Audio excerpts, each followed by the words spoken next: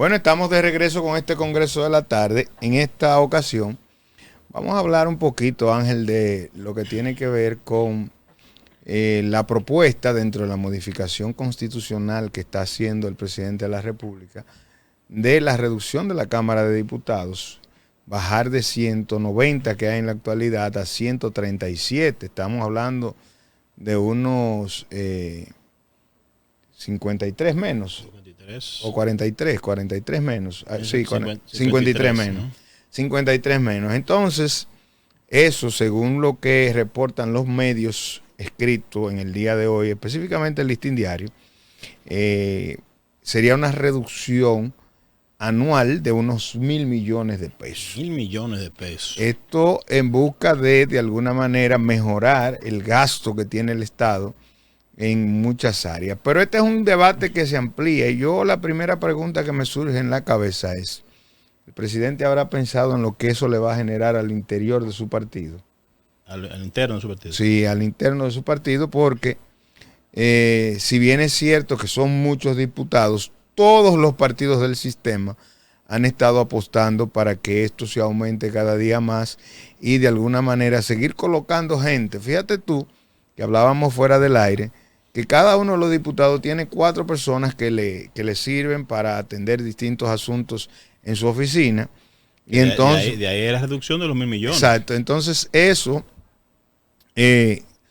obviamente aumenta el gasto que tiene la Cámara de Diputados, pero sirve para emplear a 4 personas y quién sabe qué otras cosas más se hacen ahí. Es un asunto, si se quiere, un poco cuesta arriba, porque de alguna manera uno se pregunta, van a desemplear. ¿Será realmente una propuesta partiendo de algo no populachero? O sea, no es un asunto para ganar adeptos en torno a esa modificación. Realmente el presidente tiene la determinación, su equipo de trabajo y él han hecho la evaluación de lo que implicaría esa reducción de la Cámara. Que se estaría reuniendo con los diputados electos para tratar ese tema y dentro de lo posible, como tomar la decisión para que ninguno de ellos en la asamblea levanten la mano en contra de la posición que se tome, como que será de esa forma. Ahora, tú sabes que sí, que es propio que se haga esa reducción. Yo estoy de acuerdo con la reducción. Ahora, tú sabes qué me preocuparía, Ángel, que pase lo mismo que pasó con la reducción de los viceministros, que entonces se llevaron a asesores. Y entonces tú te encuentras con que hay una cantidad enorme de asesores que antes eran viceministros y ganan salarios iguales que lo que ganaban como viceministros. Sí. Le cambiamos el nombre y lo ponemos por otro lado. Yo por eso he pedido dentro de las reformas que se están planteando, lo que le va a dar de alguna manera soporte a esas reformas es que esto se haga de manera transparente. Pero esto y que se haga ¿cómo diríamos? De la manera menos ambiciosa posible, en el sentido de no presentar una cosa y por detrás estar pensando otra. Que seamos claros. El presidente no tiene nada que perder en ejecutar esto con intenciones de que las cosas sean de tal forma como se visualizan. Pero cuando tú dices, por ejemplo, de los empleos, tú sabes que esos empleos son los que tienen los diputados de disposición. Sí, el asistente que está en su oficina, el que maneja la agenda y cosas por el estilo. Entonces, en este caso, no sabríamos si tienen en mente, dentro de esa misma propuesta, incorporar algún tipo de anexo para la misma Cámara de Diputados, que estas personas puedan ocuparlo no desde un diputado como tal, sino ya desde otras funciones que tenga la sesión en ese sentido. Pero sí te digo que es importante que esto se dé de esa manera, porque ayudaría incluso a reducir, vamos de nuevo con los gastos, pero por igual como que se concentre un poco más, porque al existir tantos diputados, el consenso incluso a veces se torna un poco difícil. Mira, esa parte que tú señalas, la he estado mencionando Francisco Domínguez Brito, que se muestra en acuerdo con esta propuesta de reducción de los diputados. Él dice que el diputado debe tener un rol que se destaque más, que se pueda acentuar su participación dentro del Congreso y que el hecho de que sean tantos no permite que ese trabajo sea destacado, sino que las discusiones a veces se hacen muy largas, se hace difícil llegar al consenso por la gran cantidad. Y hay muchos que ni participan. Exacto, y hay muchos que al final, y yo lo dije aquí con el caso del más longevo que ya se acaba de retirar, participó en muchas comisiones, pero no hay un proyecto que tú le puedas decir que es propio de su autoría. Entonces, eso de alguna manera es viable. Yo soy de los que cree, como otros tantos, que República Dominicana puede hacerlo con una sola cámara. Hay muchos países que no tienen más que una cámara de representantes y se manejan muy bien, y son países con un Producto Interno Bruto mucho menor que el de nosotros. Eso de alguna manera les sirve para hacer una mejora y una eficiente aplicación del presupuesto, y es lo que debe tratar de perseguir cualquier gobierno que quiera de alguna manera tener números favorables y brindar a la población la satisfacción de que sus autoridades están haciendo el trabajo que amerita. Por lo tanto, yo entiendo que es conveniente este debate. Repito, para mí el momento es propicio para esto. Quizá por eso el presidente lo está planteando. Sabe que no tiene mucho en contra para los fines. Hay que ver ya el hecho de que tú ves a Francisco Domínguez Brito, que es parte de la oposición, mostrarse a favor de eso, te dice que ciertamente hay otros sectores que lo han pensado, aunque no lo han planteado, pero que coincidimos de alguna manera en que hay que tratar de buscar la forma de reducir esto. Francisco Domínguez Brito también planteó que no solo se haga con los diputados, sino también con los regidores. Dice que hay una cantidad de regidores muy alta y que entiende que también pudiéramos, para mejorar el servicio que brindan, reducir la cantidad. El riesgo de esto sí es donde la participación del que más puede, en sentido económico, tú sabes, porque en ocasiones vienen personas del sector externo, sectores oscuros, que pudiesen tener la parte económica y con esto entonces arropar a los demás y ocupar la posición que en verdad que se no merece. Ahí va a jugar un papel determinante la Junta Central Electoral como fiscalizadora, pero sobre todo los partidos políticos, son los que tienen que tener el sedazo y el control de quiénes sí y quiénes no. Que ya hemos visto los casos anteriores de personas que están vinculadas en asuntos impublicables y que por tener el dinero, compromiso también, deudas en la justicia. Claro, que no es un asunto propio de la República Dominicana. Ahora mismo la mayoría de los congresos en América, sobre todo en la parte de América Latina, está plagado de gente que está vinculada a situaciones muy turbias que de alguna manera los comprometen con sectores no sanos dentro de la sociedad. Nosotros en una democracia en construcción como la nuestra, que se fortalece cada día y así lo reconocen otros países, tenemos que aprovechar ese ambiente de estabilidad que vivimos. Aquí la disidencia es permitida y eso hace que los pueblos puedan avanzar porque se ven todas las cartas y se toman mejores decisiones cuando todo el mundo puede de alguna forma aportar. Por lo tanto, yo entiendo que el momento es preciso y qué bueno que se haya hecho ahora este planteamiento dentro de la modificación de a la Constitución que está planteando el presidente de la República. Pero tú sabes que el presidente mencionar esto en la semanal, sabe que Pacheco está de acuerdo con esto. Y hay unos cuantos diputados que están con su membita. Obviamente. Y no están, pero la preocupación también a esto, Tomás, es que quiénes son los que van a tomar esa decisión para que sí o no. Mira, tú estás haciendo un planteamiento que lo único que me llega a la cabeza es cuando Abel Martínez decidió eliminar el barrilito en la Cámara de Diputados. Él estaba resuelto a hacerlo y su partido bajó una línea y hubo que acatarla. Era una medida de alguna manera para potencializar al partido en ese momento y sacar provecho político, pero la oposición no estaba muy de acuerdo en ese momento porque le estaban quitando recursos que ellos estaban utilizando para mantener su, y que se ha tocado en el Senado ahora y por igual tú ves. Exacto, hay resistencia.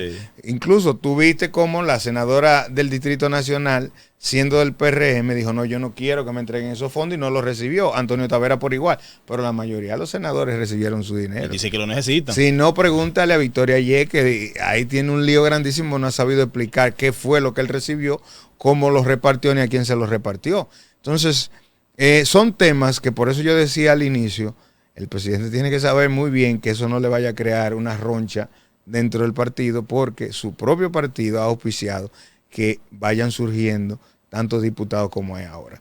Pero ese es un tema que va a copar la atención durante estos días. Quisimos tocarlo así de manera breve, porque entendemos su importancia para seguir mejorando el gasto, si es que realmente se quiere hacer. Que esto no afecta de igual manera al sueldo como tal, que son 300,000. 300,500 y pico de pesos. Sí. Eso es lo que gana un diputado de manera bruta, no neta. Después de los impuestos eso baja a 200 y algo porque hay un dinero que hay que retener de seguridad social de ellos y otra cosa. Pero bien, pasando a otro tema, en la mañana de hoy las asociaciones sindicales de la comunicación en Santiago, dígase Colegio Dominicano de Periodistas, Sindicato Nacional de Trabajadores de la Prensa, la Asociación Dominicana de Locutores Seccional Santiago, estuvieron dando una rueda de prensa que encabezaron sus directivos, en la que de alguna manera, bueno, y está también el presidente de la Asociación de Comunicadores Cristianos, que se sumó a la rueda de prensa, por el caso específico de lo que ocurrió con el reportero Roberto Reyes la semana pasada, la antepasada, en la que yo no estuve participando aquí, pero que quiero manifestar mi posición. Luego de que escuchemos las declaraciones, vamos a empezar con la de Juan Carlos Bisonó, que es el presidente del Colegio Dominicano de Periodistas Seccional Santiago, y que dio unas declaraciones iniciales. Después vamos a colocar a José Batista, que es el del Sindicato Nacional de Trabajadores de la Prensa, y de igual forma vamos a conocer lo que dijo la directora de la ALS, la señora Águeda. Cuando usted esté listo, señor director. Judicialización de este hecho con el policía agresor y sanciones dentro de la policía ejemplarizadora. Y bueno, nos fuimos a ese extremo y a ese grado porque estas acciones están siendo, señores, muy repetitivas. Yo decía y narraba que a mí el año pasado me agredieron en 2 ocasiones mientras me detuve a grabar situaciones de policía con ciudadanos. Y vemos cómo constantemente a compañeros y compañeras se les está agrediendo. Más recientemente, aparte de esta agresión aquí, la que hemos tenido frecuente de policía con ciudadanos, en Jarabacoa recientemente un comandante llamó y amenazó y le prohibió cubrir a unos reporteros gráficos. Eso es de conocimiento público. Entonces, es preocupante y reiteramos esa gran preocupación que tenemos. Entendemos que eso no debe quedarse así en chulería, irnos a tomar un café con la policía. No. Nosotros no somos enemigos de la policía, esto no es un tema personal. Sin embargo, estas agresiones se van más allá. Bueno, pues tras la reunión, y vuelvo al hecho, tras la reunión del viernes con el general local, salimos chévere, declaraciones, pero vaya usted a saber, el sábado nos llegan unos videos y nos llega la información de que había una manipulación por parte de la Dirección Cibao Central de la Policía Nacional con este hecho. ¿Y qué fue lo que se hizo? Tratar de torcer la verdad. Terminado el hecho, el general se convoca a los comerciantes del mercado modelo y se traslada al mercado modelo con ellos. Llega con un aparataje. Yo conozco el contexto porque tengo amigos oficiales que me lo narran cómo ocurrieron. Y allá, en ese escenario, el general entra en chulería con los comerciantes, le da tarjeta, bla, bla, y le dice, miren, ustedes tienen que defendernos a nosotros. Nosotros somos los que le cuidamos esto, los que le garantizamos esto. Y entonces, el video lo hemos visto todo y lo van a ver porque en los programas, los que no lo han pasado lo van a pasar, porque nosotros nos vamos a encargar de enviárselo a los que no lo tienen. El general entonces ahí asume una actitud de periodista y empieza él mismo a entrevistar a la gente. Imagínense ustedes, el ciudadano común se impresionan con un general. Y que el general le dice, ¿qué fue lo que pasó? Pero ya están condicionados y le han dicho, no, nosotros somos los que defendemos esto, los que les defendemos a ustedes, nosotros somos los que le garantizamos, ustedes tienen que defendernos. Entonces la gente empieza a hablar y vaya usted a ver, los muchachos pasan a ser de víctima a victimario cuando usted ve el video. O sea, la víctima ahí es el policía, según las declaraciones que dan esa gente que estaba ahí, que ninguno estaba ahí en ese escenario. Y yo hago la pregunta y le he hecho, ¿por qué ese general no se fue a entrevistar a Alexis de Jesús Moscat, que tenemos las declaraciones impotentes, hasta llorando? ¿por qué no se fueron a entrevistar? No fue y entrevistó a Francisco Arias. Por el general de la policía del Comando Cibao Central. Después que nosotros fuimos en nuestra buena fe y como decía Juan Carlos, aceptamos una reunión con él sin grabación porque pensábamos que estábamos entre amigos y que estábamos dirimiendo un caso en cual se iba a llegar a una solución. Pero vaya sorpresa, se burló de nosotros el general. Yo pensaba que era un general más serio que teníamos en Santiago de los Caballeros, pero demostró que es un charlatanazo también. Entonces, esas son de las cosas que nosotros no podemos aceptar, ni a él ni a nadie. Nosotros estamos para defender el trabajo de los reporteros, de los periodistas. Y nosotros no tenemos nada en contra de la policía, mejor nosotros somos colaboradores de ellos. Entonces, ¿por qué hacernos eso a nosotros? Más a Roberto, que él lo conoce, que Roberto es de ellos, y él nos decía a nosotros, ¿cómo es posible que a Roberto le pase eso? Si es un muchacho de aquí, incluso yo voy a su casa. Marisela, que es mi hija, que yo la llamo, nos muestra ese teatro a nosotros, ese teatro barato que nos hizo a nosotros en ese momento. Y después hace todo lo contrario. Va con un grupo que tiene y manipula a todos esos mercaderes. Y ahora los malos son Marisela, el malo es Roberto, los malos son los periodistas, los malos son los camarógrafos. Y podemos quedarnos callados. ¿O es una orden que hay desde la presidencia? ¿O es una orden que hay desde la jefatura de la policía?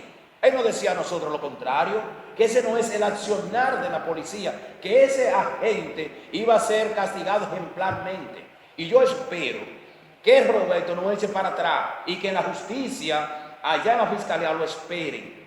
Y al general tenemos que darle eso. Ustedes, los reporteros y periodistas, están en la libertad de ir a la policía o a... Miren, en mi condición de miembro del Colegio de Periodistas, ex dirigente de esa institución aquí en Santiago, debo decir que ciertamente, como dice Juan Carlos y como también menciona José Batista, cada día nosotros vemos actos de agresión contra los periodistas, los reporteros, gráficos de nuestra ciudad, que se hacen más constantes, y esto nos dispara las alertas. El año pasado la SIP, la Sociedad Interamericana de Prensa, hacía un reconocimiento a la República Dominicana por la plena libertad para ejercer el periodismo que aquí de alguna manera se mostraba. Yo quiero creer que eso es así, y lo resalté en ese momento, decía que me gustaba saber eso. Pero con lo que estamos viendo por parte de algunos agentes policiales, eso es peligroso.